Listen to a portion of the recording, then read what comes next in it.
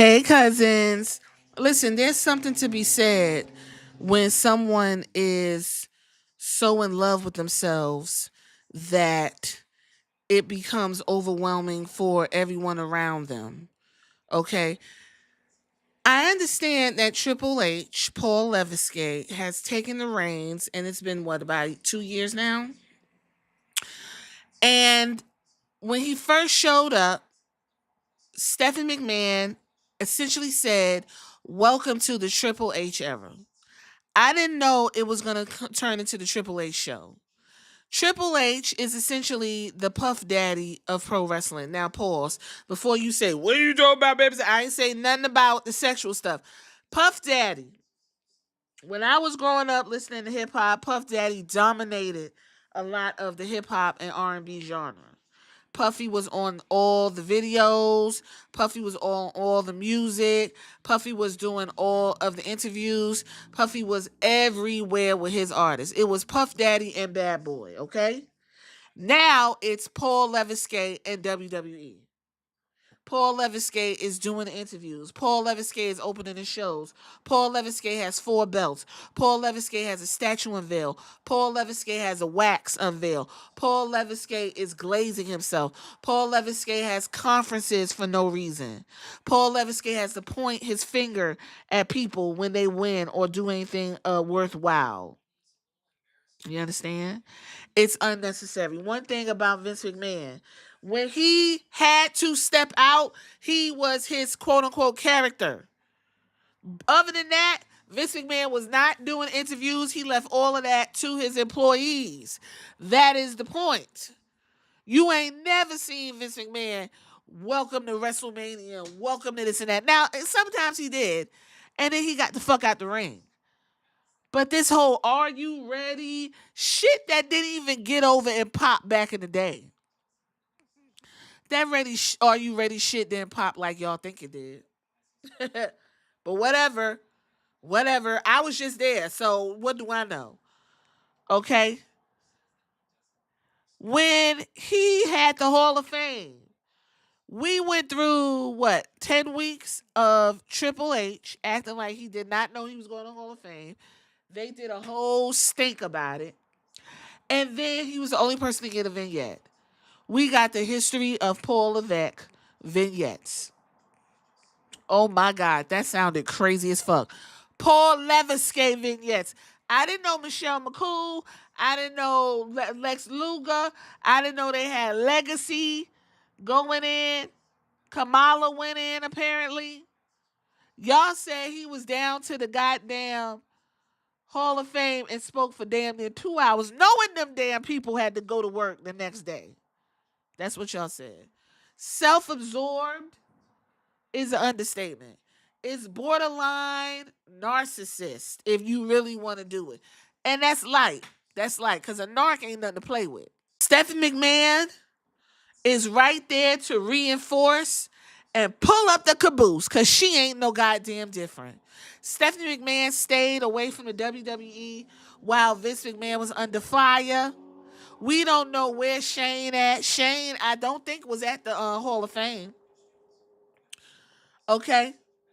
But she is always there to celebrate and prop up her man, whether it's right or whether it's wrong. Now she's so fucking comfortable. This bitch got 2 shows. She got a podcast and a show.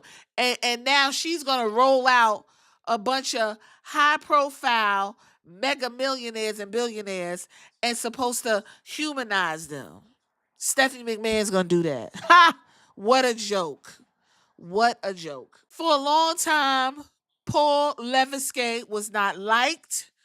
They even called him, when he was champion of Reign of Terror, he buried people. Him and Shawn Michaels. The only reason why we fuck with Shawn Michaels is because he visibly made a change. He visibly did the work. Triple H has not done the work. His ego is on display.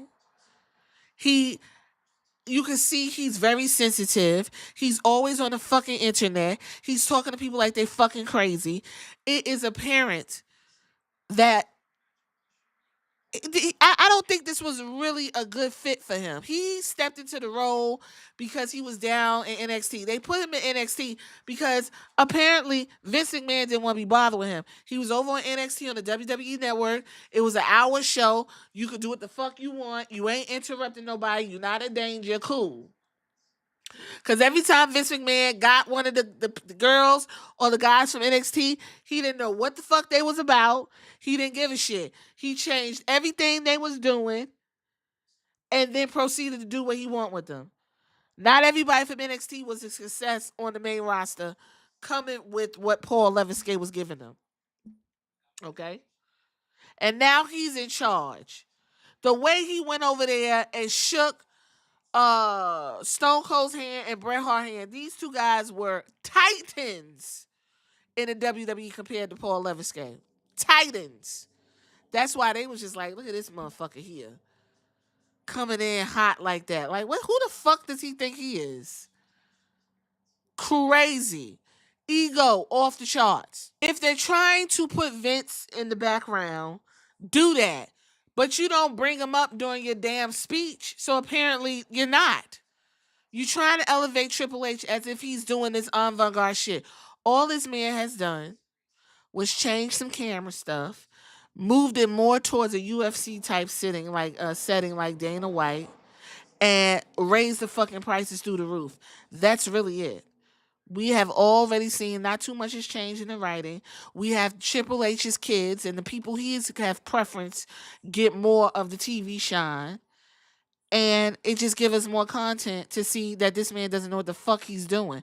Now him and The Rock are falling out, and he gotta somehow both. You got two big egos like that fucking up the thing.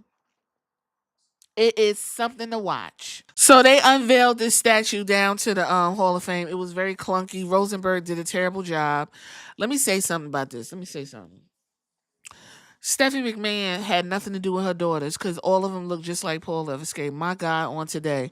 When I tell you those is his kids, and I'm not even trying to be funny, when the girls look like the dad, it's touch and go. I'm going to just leave it right there. I'm just going to leave it right there. He's the one that saw something in me creatively, invited me to those production meetings, taught me, let me sit under that learning tree, and encouraged me to sit under the Pat learning tree and continue to learn. But also in my personal life, my family. He wasn't just my boss. He wasn't just a friend. He wasn't just a mentor. He would become my father-in-law. He's my wife, the person I love the most in this world. He's her father.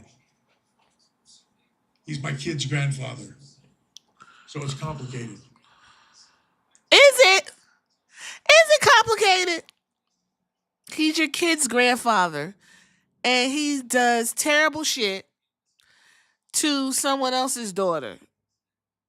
And you're up here saying it's complicated because he taught you the business and Stephanie McMahon spawned from his nutsack.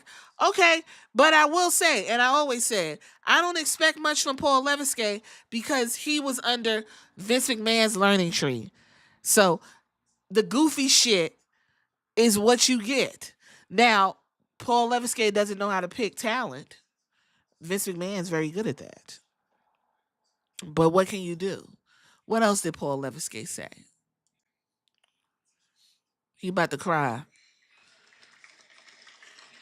Lord.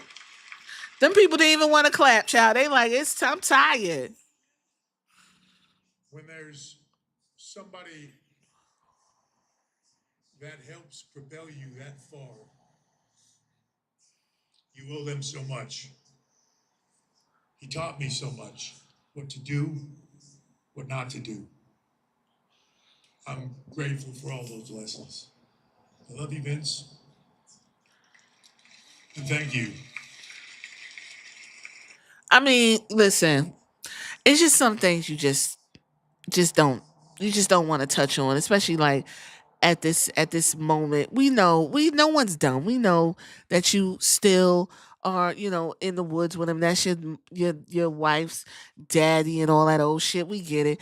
Also, Linda McMahon, right now, that's your mother-in-law. She's completely destroying the Department of Education and just took a job where the bitch had no business being in there. And I can't get too rough because it'll be coming up under bullying. But hey, your family are a menace and a danger to society, but you love them. What can you do? They helped you. They got you up out of poverty and they got you into billionaire status. I mean, Vince McMahon should have just came on out and gave him a hug. I mean, listen, they've been letting it all hang out. Fucking Paul Heyman over there being racist and wild on McAfee's show. Everybody's just declaring they love and giving all their fucking, political and religious opinions. I mean, let it all hang out, Paul. This is your world. So this is the Paul Leviskay era he was talking about. It's going to be some of the most hyper, masculine, little man, right-leaning, wow, sickening, crazy, you fuck up, we'll take you type shit. Okay, I get it. You that type of dude. Paul Leviskay, you show us who you are every fucking day. And the more you glaze and put yourself on display and quote unquote mark out for yourself and talk about how you working hard, you doing all this, and then you got Dwayne throwing your stupid ass under the bus, the more I enjoy pointing out your flaws, how you don't know what the fuck you doing, how Bret Hart was right. You ain't got no idea what the fuck is going on, and he don't respect your ass. And I see that. Y'all comment in the comments. Y'all get in the comments and tell me what you think about Paul Leviskay marking out to Paul Leviskay. And I'll catch